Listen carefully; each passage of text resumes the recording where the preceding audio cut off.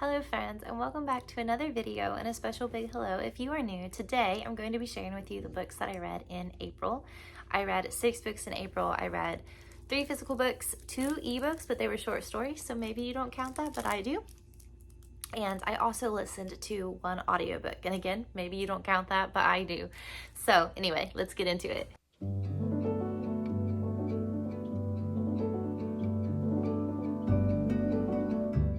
I think it's very fitting because the first book that I'm going to talk about was actually my favorite book of the month, and it is Everything is Tuberculosis by John Green. This is probably going to make it into my top books of the year. It is amazing. I, like many others, have been a John Green fan for the majority of my life. I devoured his books when I was in high school and early college. The Green brothers helped me get through a lot of my college courses with like Crash Course, things like that. And I've just always been a big supporter of what they do. And I think both brothers just have such a way with connecting to people and just a really beautiful way with words. And they put things really well and very approachable. So this was automatically going to be like an auto buy for me. I will read anything that the Green brothers put out, but I ended up enjoying this one, and it had so much more depth and emotion to me than I expected. It reads partially as a memoir, so it talks about when John meets a young man named Henry who is very ill with tuberculosis, and it sends John Green on kind of this journey to inform himself about tuberculosis as much as possible. And throughout this journey, he discovers that tuberculosis is, no one should be dying of tuberculosis. It is very treatable. And due to pharmaceutical greed and different like bureaucratic reasons, so many people in the world are unable to access the medications that they need to heal tuberculosis or to live with the disease, and that they're dying from it, but they're dying senselessly. He also talks about the development of different vaccines and medications for tuberculosis. He talks about the history of tuberculosis and how it's woven in throughout time. He talks about how tuberculosis was once romanticized. If you think back to like the Bronte era, it was seen as something that only like the soft-hearted, kindest, purest people or the creatives could have, versus how people perceive tuberculosis now as it's something that's pure or dirty or less than. And it's just incredibly fascinating. There were some really poignant, very beautifully human bits in here. As you can see, I did tab quite a bit, and it highlights some of the best of human nature and how we can work together for the greater good, but it also highlights the worst in humans as well, and the greed, and again how like literally no one in this year or this like time in our life should be dying from this disease, but people are. And it's incredibly frustrating because we aren't viewing those as human beings and lives. It's just viewed as a number, it's just very disheartening. But despite like all of that, I think this is still a book that is full of hope. And despite, again, it kind of talking about a lot of like medical things, medical terminology, I feel like it's very approachable. I have no type of, I don't know if you just saw Clementine's ears. She's like, I don't know. She's playing. But anyway, I totally lost my train of thought. But it's very approachable. Like I said, I think I was saying this, but I have no type of like medical background, pharmaceutical background. I know nothing about those things, but I found this very, very approachable and readable. I never struggled to comprehend what was going on. I just really recommend it. It's a beautiful, beautiful read, and I really adore it. I have a whole review on my Instagram where I kind of go a little bit more eloquently into it. I took more time to kind of think out what I was saying, but I just highly recommend it. Like I said, it was my favorite read of the month and will definitely make it into my favorite reads of the year. The next physical book that I read was The Secret Garden. This was a reread for me. I have not read The Secret Garden since I was a little girl. And again, I have a whole vlog about this, so if you kind of want to like see the reading process, I will link that so you can. But it was a beautiful reading experience, and now that I own a copy, I feel like this is a book that I will very likely reread pretty often, if not every spring, then at least like every other spring. But it tells a story of a young orphan named Mary. She is growing up in India, and she is sent to live with her uncle in England. He is a giant estate with a home full of hundreds of rooms and just a big garden. Mary is very much left to her own devices. She doesn't really have any staff or anyone to mind her or make sure that she's honestly being taken care of, or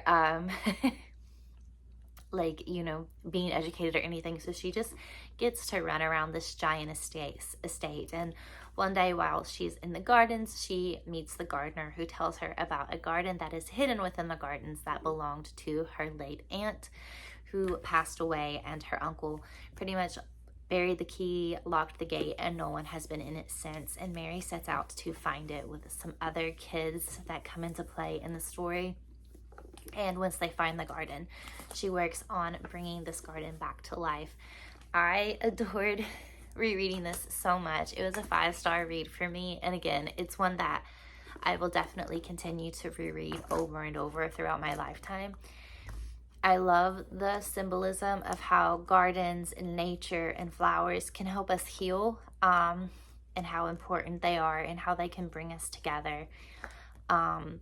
I really loved seeing Mary transform into, honestly, a very entitled, spoiled child who kind of is knocked down by life to become such a caring young woman. And I almost wish there was like a sequel to this, because I would love to kind of see how Mary is and like in adulthood and how these experiences shaped her. It was just beautiful. So if you've not read this since you were a child, I highly recommend it. And if you have never read it, I highly recommend it. It's just one of those special, I just love children's literature so much.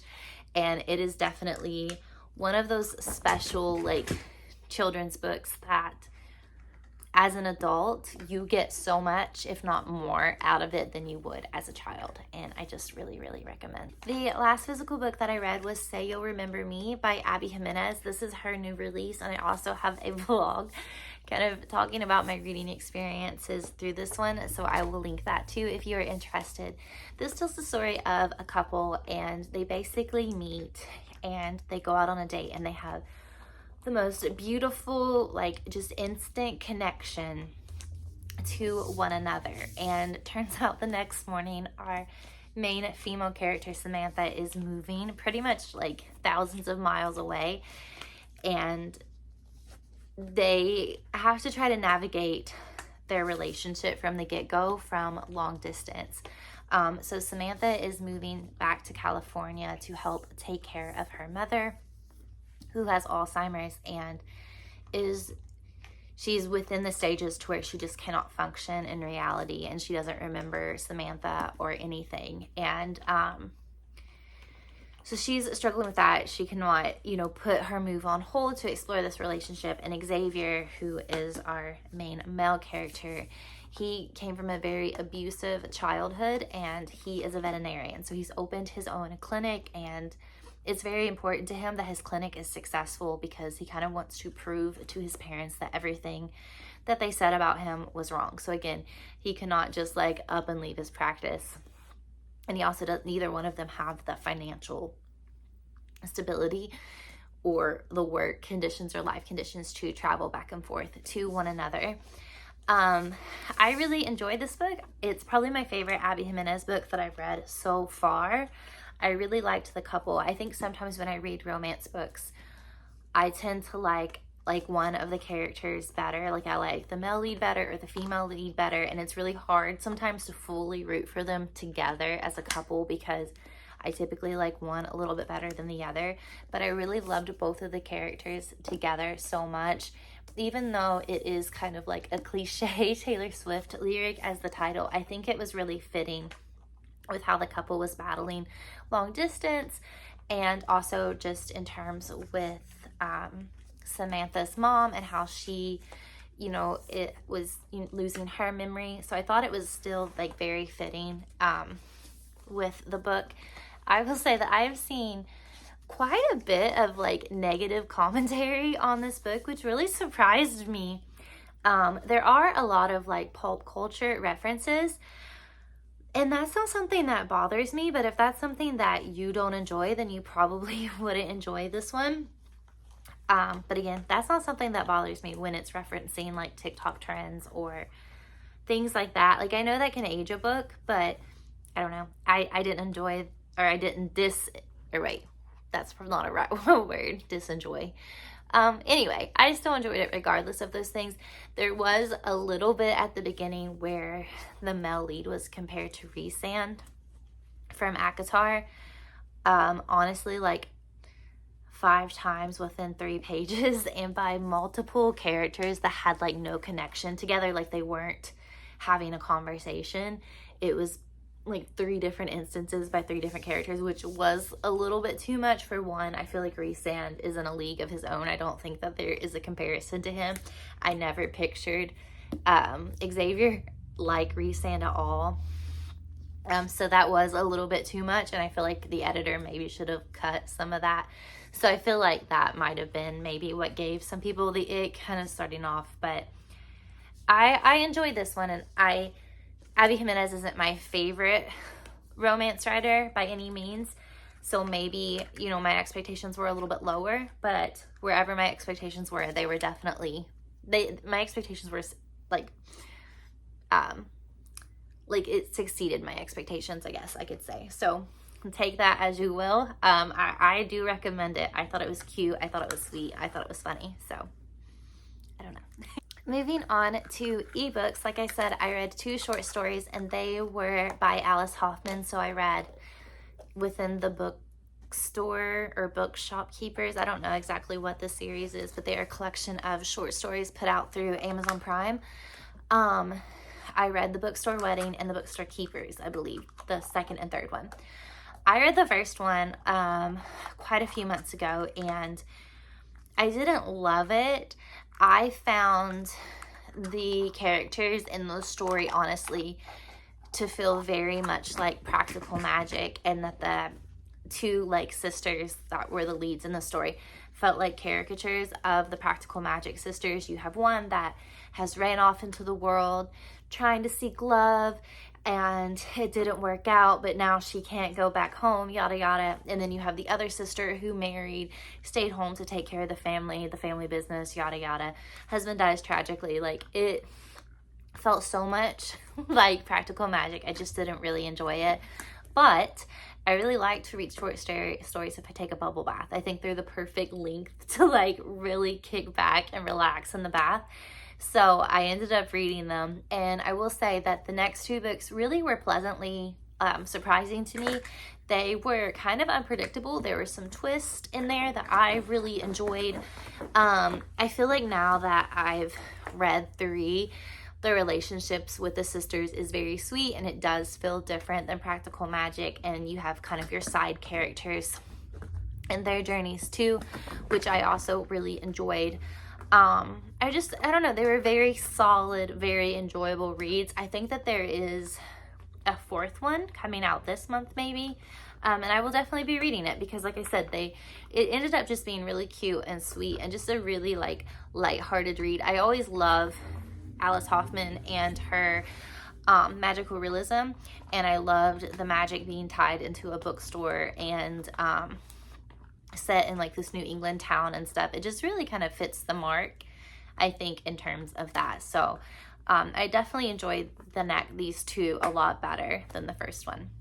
All right, and finally I'm going to talk about the audiobook that I read, which was Finding Me by Viola Davis. This is her memoir. I adore Viola Davis as an actress. I think I had seen her in The Help, but I've also seen her in Fences, I loved that film. Ma Rainey's Black Bottom, I loved her in that one as well. I just think she is so versatile, and she is just incredibly talented. She's one of those actors that really truly like embody their character, to where when you're watching them, you're so immersed and it doesn't feel like you're watching someone act. It feels like you're actually watching a character live that life, I guess you could say. But so I was very excited to see when she released her memoir. I'm pretty excited to read it. And it tells about her childhood, her youth, her journey into becoming an actress, and I'm sorry for all the clementine noise in the background. If you've seen any of my videos, you know that it is just unpreventable. And it talks about her journey into becoming herself. It was a very tough read. It was really difficult to listen to her experiences growing up. She grew up in horrible poverty. I've read other memoirs or biographies about people who have grown up, you know, within poverty, but I think that the circumstances in which she grew up were some of the worst that I've ever had to read. It was very shocking, and she grew up in a home full of a lot of domestic violence, assault, different things like that, and it could be very triggering to read. And I think it took me a lot longer to get through listening to this audiobook because it was quite heavy, especially those chapters about her childhood. And it talks about how she gets older. I didn't know this, but she was accepted into Juilliard, and she had a lot of promise as an actress from a young age, but due to the color of her skin and her looks and things like that, she wasn't accepted by Hollywood as well. And all in all, it was just a really beautiful story of grit and hard work. You know, I think so many people who have grown up within circumstances like that can just accept those circumstances for themselves and kind of continue that generational trauma and those generational cycles. And, you know, some people within her childhood did, like her siblings, but how determined she was and the amount of work and effort that she put in to ensure that this, like, was not the life that she was going to live. And again, just like through her youth in finding herself, and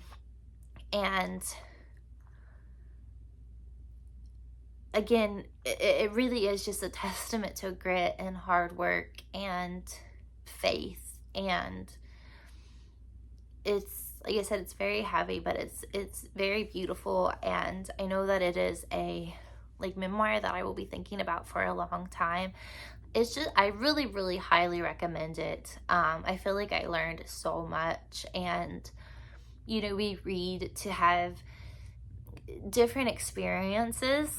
And Viola Davis is someone who, not only due to like the color of our skin and our childhoods and things like that, is someone who just has a vastly different life than me, and I just have so much respect and admiration for her.